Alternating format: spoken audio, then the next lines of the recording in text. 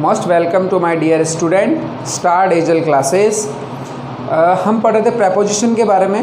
तो preposition related मैंने और भी काफ़ी वीडियो बनाई है, तो आप वहाँ पे जाके प्रेपोजिशन के छोटे छोटे कंसेप्ट को पढ़िए। अभी हम प्रेपोजिशन के छोटे छोटे कंसेप्ट को पढ़ते हैं, फिर हम एक साथ पूरी लंबी क्लास लेंगे।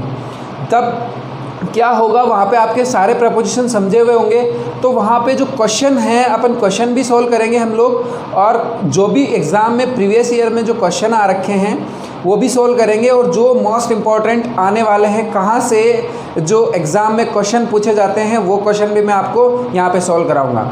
और ये 100% गारंटी है कि मोस्ट ऑफ क्वेश्चंस इन्हीं से बार बार उठाए जाते हैं और बार बार पूछे जाते हैं। तो आपको डरने की ज़रूरत नहीं है। प्रेपोजिशन कोई हार्ड टॉपिक नहीं है और इंग्लिश भी कोई हार्ड नहीं है। तो आप धीरे धीरे इनको जब रटते हो तो वो क्या होती है कि हमारे दिमाग से बार बार लैप्स हो जाती है, बार बार वो जो चीज़ें हैं वो निकल जाती है। तो आपको रटना नहीं है, आपको थोड़ा सा समझने पे फोकस करना है। अगर आप थोड़ा सा समझने पे फोकस करोगे तो आपकी चीज़ें हैं वो इजीली धीरे धीरे इजीली चीज़ें समझ में आने लग जाएगी। ठीक है, तो हमने पिछले वीडियो में पढ़ा था टू और टूवर्ड्स के बारे में। तो उम्मीद करता हूँ आपको टू और टूवर्ड्स अच्छे से समझ में आ गया होगा। और टू और टूवर्ड्स आप बुक्स में पढ़ोगे तो बहुत सारे आपको रूल्स दे रखे होंगे, लेकिन जो मैंने पढ़ाया है वो ही रूल उन्हीं से मैच करते हैं। तो एक रूल पढ़ लो और उसको समझ लो अच्छे से, आपके सारा काम हो जाएगा। तो ठीक है, आज हम पढ़ते हैं ऑफ प्रेपोजिशन के बारे में। ऑफ और ऑफ दोनों ऑफ, एक तो ऑफ होता है और एक OFF ऑफ होता है। तो हम दोनों के बारे में पढ़ेंगे। अब देखो, जो ऑफ होता है, अभी इसके बारे में पढ़ रहे हैं ऑफ। अब ये जो ऑफ है वो हमेशा किसी कॉज या रीज़न, किसी कॉज या रीज़न को बताता है। कॉज यानी कारण, रीज़न का मतलब भी कारण, यानी जो ये ऑफ है वो किसी कॉज या रीज़न को बताता है। इसके बहुत सारे यूज़ है, लेकिन अभी हम छोटे छोटे लेते हैं, धीरे धीरे अभी पढ़ते जाएंगे छोटे छोटे use.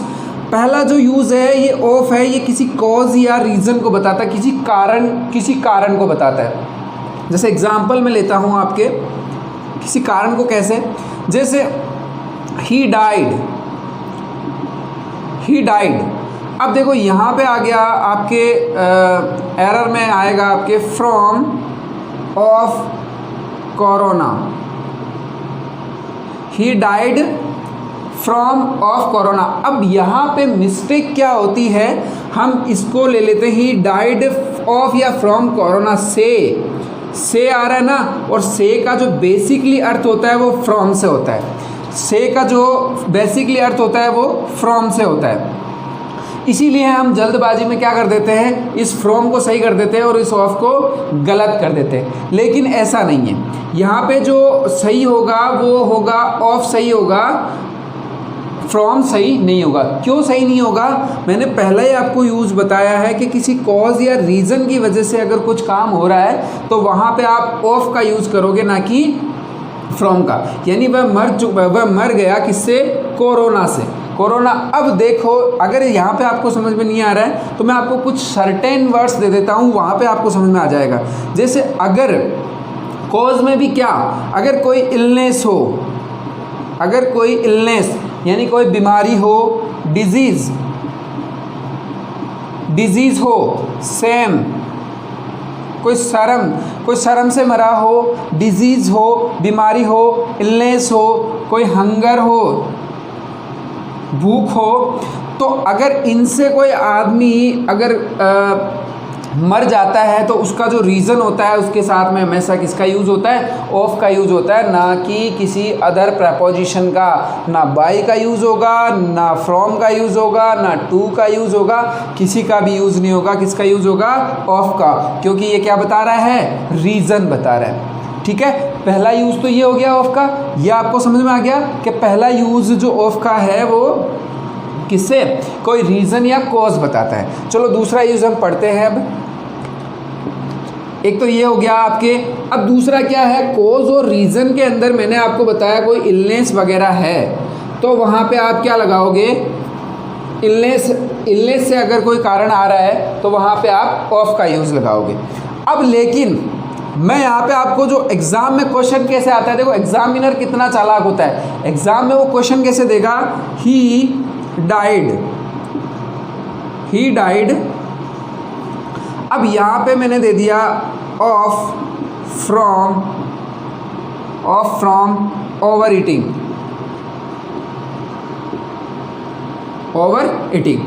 He died of from over eating. अब मैंने यहाँ पे आपको जो है एग्जाम्पल दिया और बहुत बार एग्जाम में पूछा गया क्वेश्चन है। अब यहाँ पे he died of from over eating. अब यहाँ पे मैंने बोला कि वो मरा, किसी कॉज की वजह से मरा, यानी कि कोई कारण बता रहा है ओवर ईटिंग, लेकिन यहाँ पे जो प्रेपोजिशन आएगा वो ऑफ नहीं आएगा, वो क्या आएगा, फ्रॉम प्रेपोजिशन आएगा। ये कुछ सर्टेन वर्ब, जो सर्टेन वर्ड है वो आपको याद करने पड़ेंगे, 2-4 सर्टेन वर्ड आप याद कर लीजिए और उनमें से अगर आपको थोड़ा सा डिफरेंस करना है और आपका जो प्रेपोजिशन है वो सही हो जाएगा। अब यहाँ पे जो सर्टेन वर्ड कौन से, अगर आपके वाउंड मिले, वाउंड यानी कोई घाव, अगर कोई घाव से मरता है कोई आदमी तो वहाँ पे आप फ्रॉम का यूज़ करोगे, यानी वहाँ पे से का सेंस आता है। से का सेंस तो वहाँ पे भी आ रहा था लेकिन वो कोई डिजीज़ नहीं है, वो ये ओवर ईटिंग वगैरह जो है ये हमारी गलतियाँ होती है, और जो हमारी गलती होती है वहाँ पे ऑफ का यूज़ नहीं करना है, आपको किसका यूज़ करना है, फ्रॉम का यूज़ करना है। तो ये वाउंड यानी घाव लग गया, तो घाव हमारी गलतियों की वजह से घाव लगता है। अब हम बीमार पड़ गए तो बीमार, तो देखो कोरोना अभी चल रहा है तो बहुत सारे लोग बीमार पड़ रहे हैं, तो वो हमारी गलतियों की वजह से नहीं पड़ रहे हैं, वो अनजाने में हो रही है, अपने पता नहीं है, हम कहीं भी हाथ लगा रहे हैं तो वहाँ पे कोरोना फैल रहा है। तो देखो यहाँ पे जो वाउंड है, अब घाव है, अब घाव तो कहीं भी लग जाता है, अपन कोई काम कर रहे हैं और लग जाता है। अब जैसे ओवर ईटिंग है, यानी कि आपने कुछ ज़्यादा खा लिया, तो वहाँ पे भी आपने कुछ ज़्यादा खा लिया तो अब वो आपको नुकसान करेगा और उससे आपकी अगर मौत हो जाती है तो वहाँ पे आप ऑफ का यूज़ न करके किसका यूज़ करोगे, फ्रॉम का। ओवर ईटिंग हो गया। इसके बाद में अगर आप ओवर ड्रिंकिंग, अगर आप ज़्यादा पी जाते हो और उसकी वजह से आपकी मौत हो जाती है तो वहाँ पे जो रीज़न होगा उसके लिए फ्रॉम का यूज़ करोगे, ना कि ऑफ का यूज़ करोगे। ठीक है, आपको ये दो चीज़ आपको समझ में आ गई। अभी तो ऑफ के ऐसे यूज़ बाकी है जो कि आप देख के चौंक जाओगे कि ऐसे यूज़ भी ऑफ के आते हैं। अब मैं आपको बताता हूँ, ये तो आपके समझ में आ ही गया, कॉज और रीज़न वाला तो आपको समझ में आ गया। अब मैं आपको बताता हूँ ऑफ का ऐसा यूज़ जो कि आप डेली करते हैं, डेली आप यूज़ करते हैं। अब ऑफ का जो यूज़ होगा वो कैसा होगा, देखो कोई रिलेशन बताने के लिए, कोई पोजेशन। अब इसका जो मेन यूज़ है वो इसी के लिए होता है, कोई रिलेशन यानी कोई संबंध बताने के लिए, संबंध। और पोजीशन का मतलब भी क्या होता है, कोई संबंध। पोजीशन का मतलब भी क्या होता है, संबंध। अब संबंध कैसे, चलो ऑफ का भी, अब ऑफ संबंध भी देखते हैं। संबंध कैसे, जैसे मैंने बोला आपको रमेश का पेन। अब देखो इसको अच्छे से समझ लेना, बहुत सारी मिस्टेक्स होती है, स्टूडेंट्स बहुत सारे मिस्टेक्स करते हैं। सर अब ये रमेश का पेन आ गया तो हम इसे लिखें कैसे, बहुत ही इजी ट्रिक बताऊंगा, इससे आपको कभी भी गलत नहीं होगा। इसके बाद में आप जो आपका जो पोजीशन वाला है का के की, वो कभी भी गलत नहीं होगा। चलो ऐसा लिख दो आप। अगर आपको ये हो गया, अगर आपको समझ में नहीं आ रहा कि सर हम इसको कैसे करें, तो आप मैथ में वज्र गुणन तो जानते हो, क्रॉस मल्टीप्लाई। इसको क्रॉस मल्टीप्लाई कर दो और ऑफ को का के सेंस में ऑफ लगा दो, तो a pen of रमेश। अब यहाँ पे मैंने क्या किया, इसको क्रॉस मल्टीप्लाई किया और इसमें क्या बता दिया, इस पेन का रमेश के साथ में संबंध बता दिया।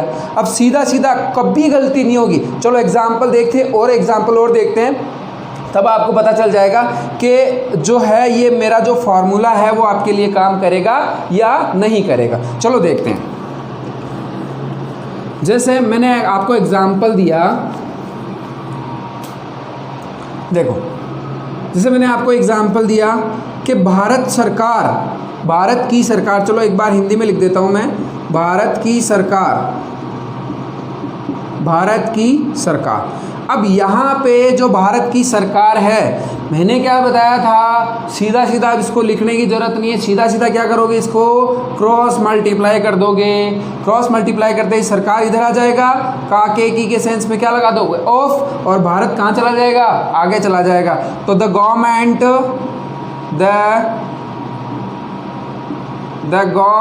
अब का के लिए आप क्या लगाओगे, of, the government of India.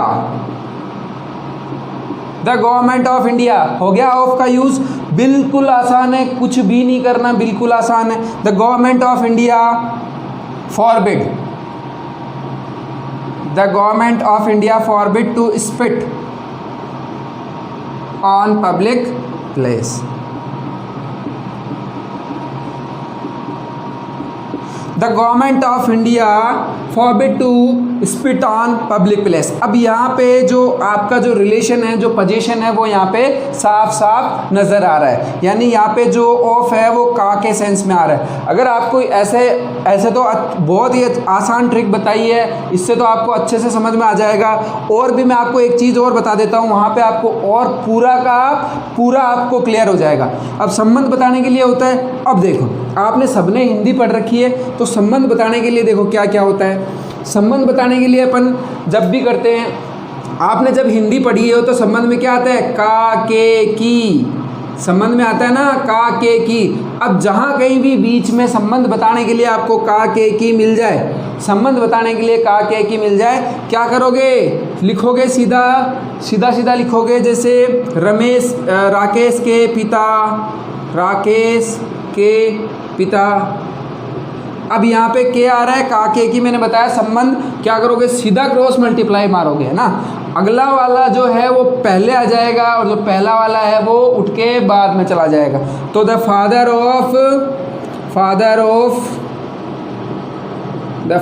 Of Rakesh. अब यहाँ देखो, एक तो तरीका इसका ये होता है संबंध बताने के लिए। अब मैं आपको एक चीज़ और यही बता देता हूँ, ठीक है। एक ये होती है एपोस्ट्रोफी, इसको बोलते हैं एपोस्ट्रोफी, है ना। ये एपोस्ट्रोफी का यूज़ भी संबंध बताने के लिए करते हैं। जैसे राकेश के पिता, तो राकेश का राकेश आ गया। अब यहाँ पे लगा एपोस्ट्रोफी, यहाँ पे लगा एस, एपोस्ट्रोफी लगा के आप क्या यूज़ करोगे, एस, और एस लगाते इसका मतलब हो गया के का की, जो भी लगाओगे आप,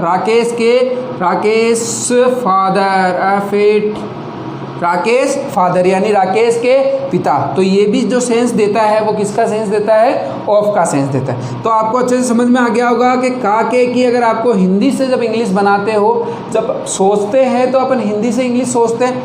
अगर नहीं भी सोचोगे तो ऑफ का जो ऑफ का है यूज़ पोजीशन या रिलेशन बताने के लिए किया जाता है। चलो एक दो एग्जाम्पल और देखते हैं। जो पीएम मोदी, अब यहाँ पर देखते हैं पीएम मोदी कैम, अब पीएम मोदी कैम टू, अब मैंने लिखा came to from of poor family.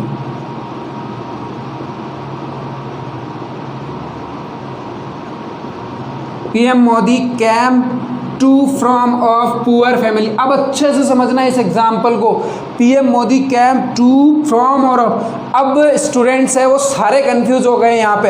अब यहाँ पे देखो कंफ्यूज कैसे हो रहे हैं, तो केम के साथ में आप टू भी लगाते हो कि सर हमारे पास कल आपने बताया था कि टू, अगर कोई चीज़ डेस्टिनेशन पे जाती है तो उस पर टू का यूज़ करते हो। तो केम यानी किसी डेस्टिनेशन पे तो आ नहीं रही है, आए तो हैं लेकिन किसी डेस्टिनेशन पे।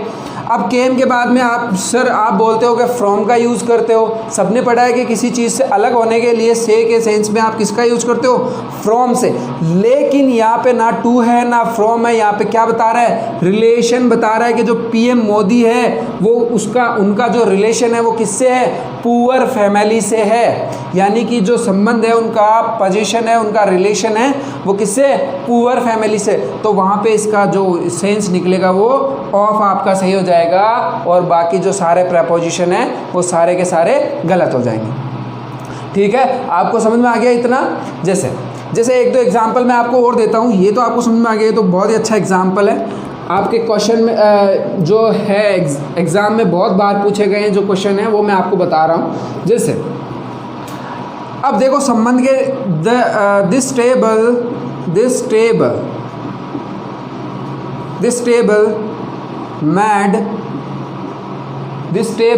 मैड, अब देखो of to from wood, this table is made of to from wood. अब यहाँ पे जो टेबल है वो किसकी बनी है? लकड़ी की बनी है। अब यहाँ पे जो है टेबल है वो लकड़ी से बनी है। अब हिंदी में तो कैसे भी यूज़ निकाल सकते हो, लकड़ी से बनी है, लकड़ी की बनी है, लकड़ी द्वारा बनी है, तो कैसे भी आप यूज़ निकाल सकते हो। लेकिन यहाँ पे जो यूज़ होगा वो क्या यूज़ होगा?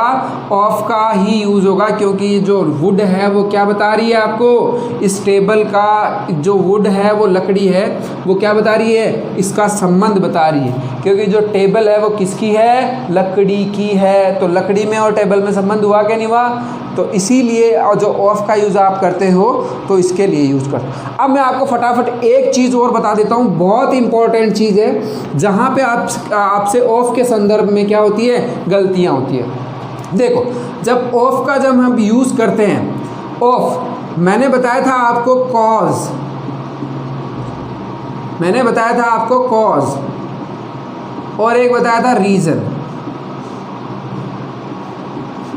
कॉज और रीज़न, दोनों का मतलब के कारण होता है। लेकिन अब यहाँ पे कॉज तो ऑफ लेगा, ये तो सही है। अगर कॉज अगर आपके आ जाती है, कॉज वर्ब है, रीज़न भी वर्ब है, अगर कॉज आपके आ जाती है तो कॉज तो ऑफ लेगा, लेकिन रीज़न हमेशा फॉर लेता है। और इसी के साथ में ये गलतियाँ होती है। आपके एग्जामिनर डाल देगा रीज़न के साथ ऑफ डाल देगा और पूछ लेगा आपके एरर कौन से पार्ट में है, तो वहाँ पे आपके क्या हो जाएगा? एरर हो जाएगा। चलो क्वेश्चन भी देख लेते हैं। व्हाट इज द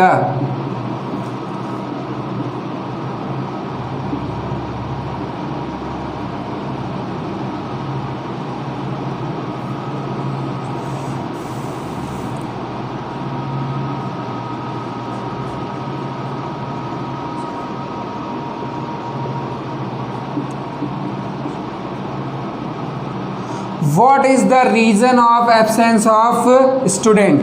यानी कि अब देखो यहाँ पे तो ये absence of student, यहाँ पे तो देखो वही आ गई, छात्रों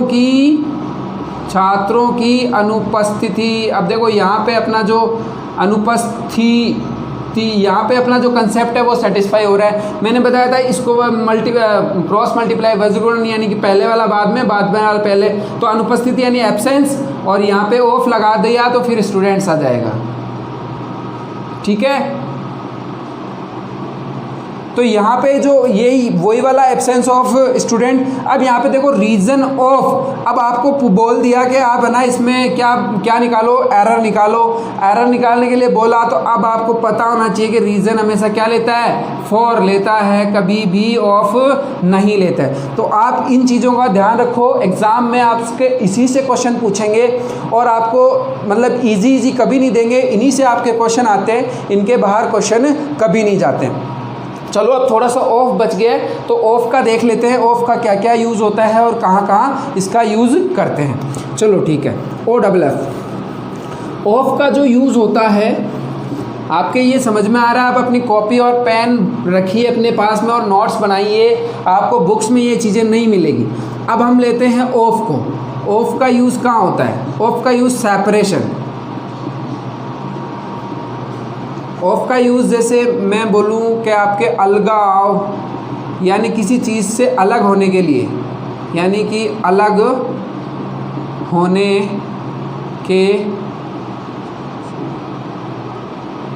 होने के सेंस में, सेपरेशन के सेंस में, यानी कोई चीज़ सेपरेट हो तो वहाँ पे किसका यूज़ करोगे आप? OFF ऑफ का यूज़ करोगे। ठीक है, आपको समझ में आ गया? ठीक है, यहाँ पे अपन देखते हैं अलगाव और अलग होने के सेंस में आप ऑफ का यूज़ करते हैं। अब देखो जैसे कि मैंने बोला कि जो कोई चीज़ है, जैसे अपन बोलते हैं स्विच, स्विच ऑफ,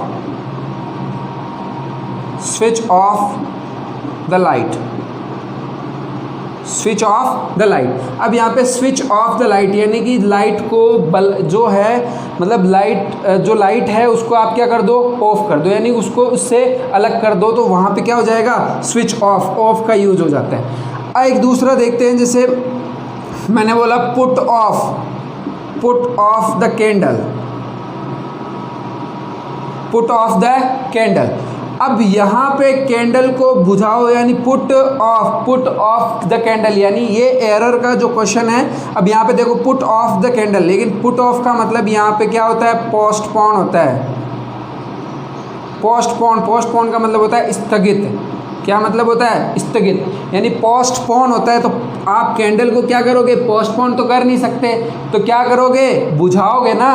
तो इसके लिए आप जो वर्ब यूज़ करोगे वो क्या करोगे, पुट आउट। अब सर ये क्या है, तो इसका मतलब होता है बुझाना, एक्सटिंग्विश।